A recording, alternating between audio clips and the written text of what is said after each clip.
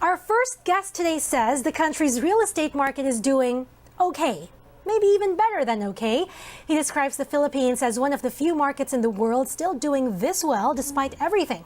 David Leechiu now joins us. Hi, David. Glad you can join us. Hello, Mimi. Thank you for having me. Good morning. Good morning. It's a different background you have behind you. Okay.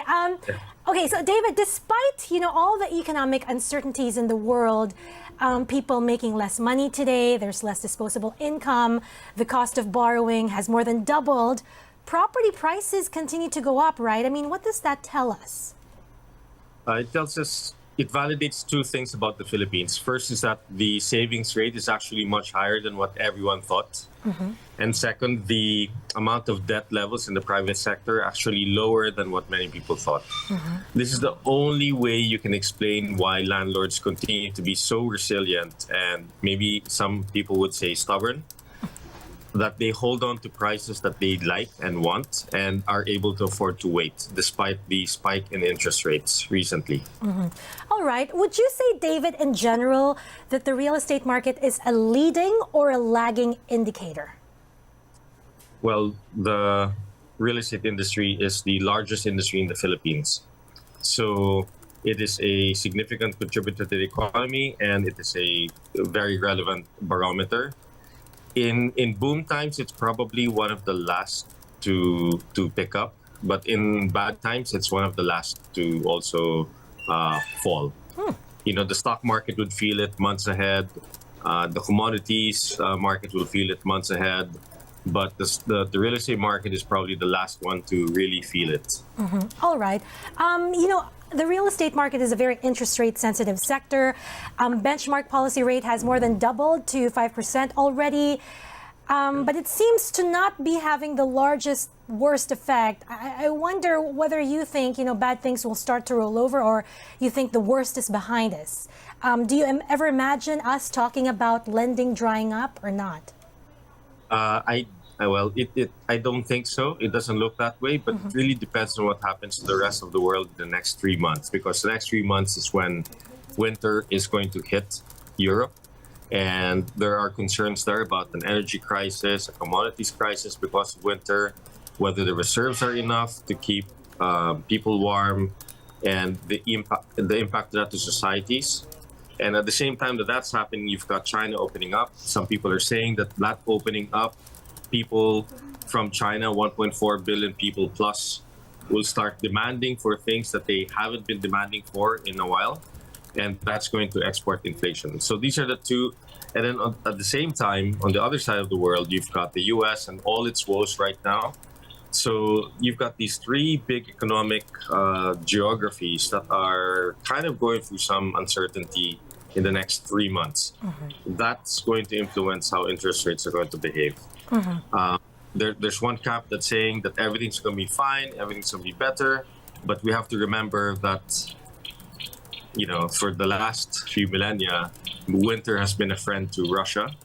And so how Russia plays the war is going to be a very big factor in determining what the future is going to be like for 2023. Wow, even for Filipinos, halfway around the world, we're feeling this. Yeah, because that will impact job creation for all overseas Filipinos. That will impact inflation. That will impact interest rates. Having said that, all these problems in the world will just lead to one thing, and that's the continued inflow of remittances, probably even more, as we've seen in the last 3 years, and more job creation from the BPO sector, which is what we've seen in the last 3 years. The BPO sector took the most, took record amounts of space this year and last year, despite all this talk about work from home. So 2022 is a big year because a lot of companies took on new jobs, created new jobs for Philippines. And it's only now that they started to acquire office space for those people, because for the longest time, for the last 24, 30 months, they've all been in work from home. So how does the supply and demand pipeline look like, commercially speaking? there's still a lot of space in the market. There's a lot of overhang, which is why you continue to see rents soften all over the market outside of BGC. BGC has been extremely resilient because of the very good balance between supply and demand. Everywhere else in the market, there's a big imbalance between supply and demand. So it's going to take a few more quarters, a couple more years to be able to absorb all this. With one game changer, as you know, I'm a very big proponent for the pogo industry, not because I like them, but because of the significant impact they have, the positive impact they have on the economy, and they benefit a significant amount of stakeholders, not just the real estate sector.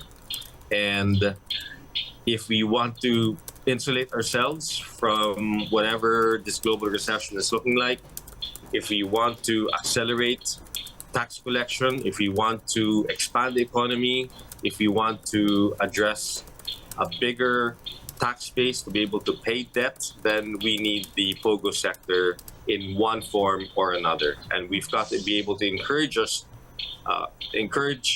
ourselves to encourage them to flourish in this country. Because if we don't, somebody else will benefit from that. And they will go somewhere and they will create a big party where they're going.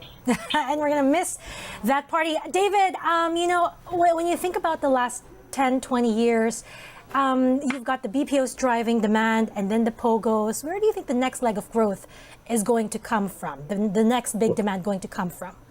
Well, fortunately, the last, the Duterte administration, and now fortunately being continued by the Marcos administration, has been such a big mover of infrastructure. Yes, there were a number of projects launched, there were a number of projects drawn, there were a number of photos taken, but the guy with the willpower and political will to be able to carry through projects only happened in the Duterte administration, that is then being carried forward in this administration, the Marcos administration. So infrastructure will continue to drive growth through the Philippines. And in the last 10, 12, 15 years, we've built 12 airports, and people just take that for granted. But we've got some of the most beautiful airports in the Philippines outside of Manila. In fact, traveling into Manila and out of Manila is a real pain. Next is the tourism industry. We are a big believer of the tourism industry to the point where we think in the next 10 years, within 10 years, it will be the largest segment of the economy. It will be larger than remittances, larger than BPOs. Really? Yeah. Oh. It's 7,000 islands that are finally opening up because of major airport infrastructure, road infrastructure. You've got wealth creation because of the foundations provided by overseas remittances, by BPO jobs. It's going to be a very different Philippines 10 years from now. Do you think tourism will be for the Philippines what it is for countries like Thailand? It could be. It could be. Because, the wellness sector is going to be the big sector. It's going to attract not just the low-end backpackers that kind of, spend $500 to $1,000 here. You're going to have people willing to spend $1,000 a night just to be able to experience wellness. Why? Because besides the infrastructure, besides the nice sand, the nice palm trees, if we still have any left, you have the one thing that differentiates us from everyone else, which is the level of customer service that the Filipino people provides the foreigners. All right. But in the meantime, before we get to the big tourism boom, the office space segment today, you talked about, it's going to take years because there's still a lot of supply out there. Do you think, David, that developers are willing to put capital to work today, now, for future projects, given the changing nature of work and the fact that many of these buildings may never, go back to 100%? I mean, we still have some surplus. What's the conversation you're having with builders and developers today? I think ultimately, so there are two segments, the BPO segment and everyone else. Everyone else is going back to 100% work from home. And most companies, most multinationals that are local based are already at somewhere between 80 to 100%. Okay. Okay. So they're all really driving much of the traffic, literally the traffic, which is why some people think that we're back to pre-pandemic traffic, but I'm sure we're not. The BPO sector, on the other hand, is at probably between 30% to 50% back in the office, in one way or the other. Through shifting or through you have the daytime shift, you have the nighttime shift, or all these combinations more or less kind of bring the traffic between 30 to 50% already. Then you have the malls. The malls are all at the at 100%.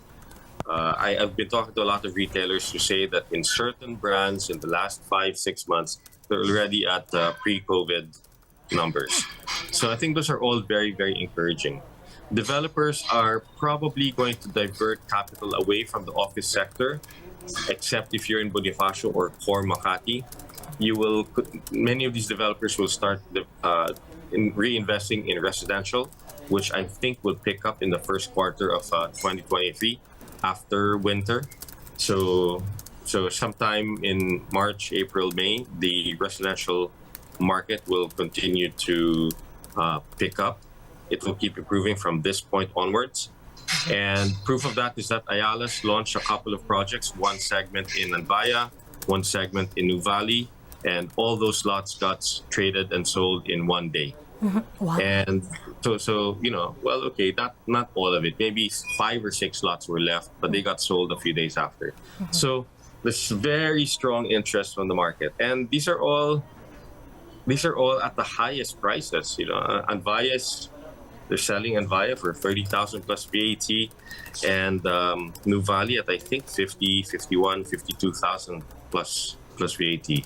So those are new highs for those villages for first launches, and that's a testament to how deep this market really is. Now, of course, not everyone's a winner in this thing. There are people who got hurt. So the lower middle market and below certainly got in the first few quarters of COVID, but the overseas remittances and the jobs created by the BPO sector continued to shelter them, and so that buoyed them up, and that's why transactions in the lower end of the market continue to improve from the decimation they had in the first year of COVID. David, speaking of the lower and middle income market, I was wondering, do you think, because for many of them, higher rising mortgage rates could make buying property a little bit harder, a little bit tougher. Do you think because of that, rents could rise for those catering to the lower and middle income market? Rents will not rise in the lower middle market because there's still adequate supply, or they will just cut back and move back with their relatives if it ever comes to that. All right. I mean, most households in the Philippines are trying to kick the relatives out. So that trend is probably slower now because of COVID, but it's gonna start. It's gonna get momentum again. All right. And the second thing is that many developers are just doing balance sheet financing, which means that if the buyers can't afford to pay within a certain period, they will just keep improving the payment terms, which is why we encourage buyers to take advantage of this situation by negotiating with developers for better terms. Okay. All right. David, just very quickly, for those who are looking today and looking to buy next year, where do you think are the most undervalued and overvalued properties are located? Where should we be looking? I always look for value, so I still think that you pay a premium for BGC. A lot of people say, "Oh my God, it's overvalued," blah blah blah. But I How think much is BGC these days? condominium prices are anywhere between a low of 220,000 per square meter to a high of 600,000 per square meter, depending on the product. Okay. And places like Rockwell and Core Makati, pretty much the same range. So I always tell people, stick to core. It's simple, yes, it's expensive. Yes, the yields are lower, but that's the price you pay for security. And if you want to be more adventurous, and when you have the spare cash to be adventurous, then go invest in La Union or Palawan, El Nido, or Nuvali, or stuff like that. I do think that the Alabang district, all across Alabang district, is significantly undervalued even up to today. Even if Ayala Alabang, where I am right now, has gone up in value by 60% in the last 36 months. It's gone up 60%, and it's despite that, I think it's still undervalued. The gap between that and Makati is too big for it to make any sense. And then I think places like Nuvali and Anbaya are significantly undervalued also. The gap between, let's say, Nuvali and Alabang is too big.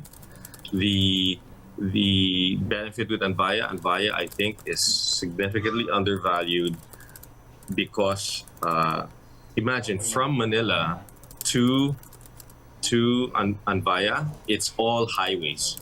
It's very planned structures, highway roads that you're driving through until you get to Anbaya. And then one of the best golf courses in the Philippines is in Anbaya.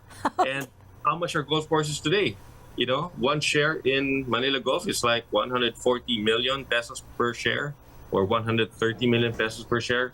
Wakwak is at 80 million something. Ayala Alabang is at 26 million something.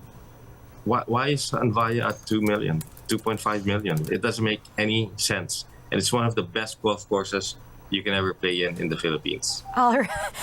David, I feel like you've given me a rundown of where you're invested because you sound so passionate. Just kidding. Okay, final question, David. You know, some say that the hottest piece of real estate today isn't the one with the longest and most beautiful coastline or with the best view of the city. They say it's actually on the metaverse. Are you playing the metaverse game today? Is Leechiu getting into the metaverse? I love walking barefoot. I love feeling the sand in my hands and my feet, you know, the water, the sun, everything.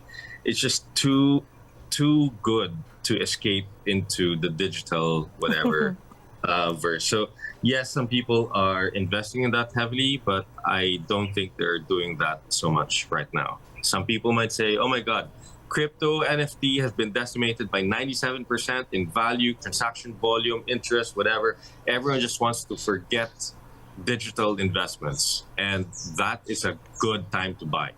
Well, maybe, I don't know, but I really don't know. It's a thing that I cannot understand. Sometimes I can't even sell prime property that makes economic sense, and yet all these kids are starting to sell gazillions of dollars of digital real estate. It doesn't make any sense to me. Maybe I'm just too old. Maybe I have to go clubbing a bit more to understand. I don't know. Oh, you never know. We might be neighbors on the metaverse a few years from now. David, always a pleasure speaking with you. Thank you so much for the insights. Happy holidays. We'll see you back in the new year. Yes, Merry Christmas, everyone. Take care. Bye, Mimi.